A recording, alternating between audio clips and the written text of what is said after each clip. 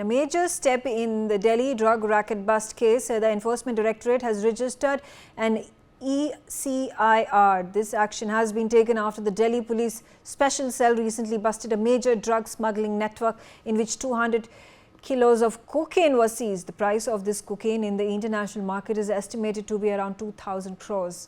And the investigation has revealed that drug smugglers used cryptocurrency, and through this they brought the drugs to India. The agency believes that the drug money could be around 9,000 crore rupees. The Enforcement Directorate will also investigate whether illegal property has been created with the money from the drugs worth crores of rupees that have been seized in Delhi. Javed Hussain on the telecast with me. Javed, give me more details. This drug bust that has happened. There have in fact been frequent incidents of these drug seizures that have been conducted, and now the Enforcement Directorate has gotten into the equation.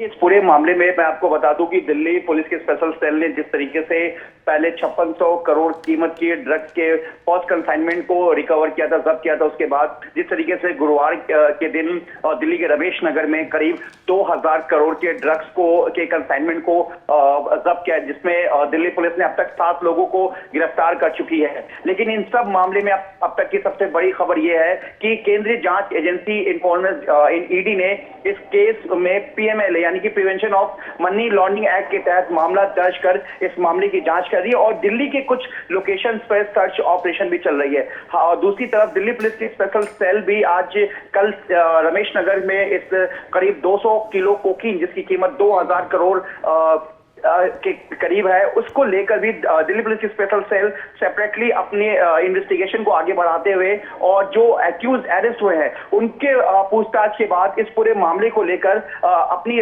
Search operation कर रहे हैं। वही अब इसमें Delhi police के जो दूसरी तरफ जो ईडी है, ईडी इस पूरे मामले में दिल्ली के कुछ लोकेशंस पर इस ड्रग्स के सिंडिकेट को लेकर जो है वो अपने search operation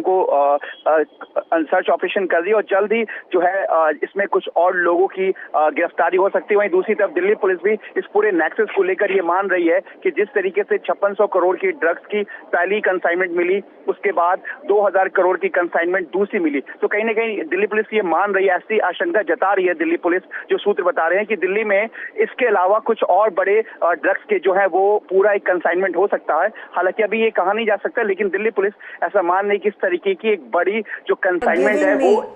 For more such videos, subscribe to the NewsX YouTube channel, hit the bell icon.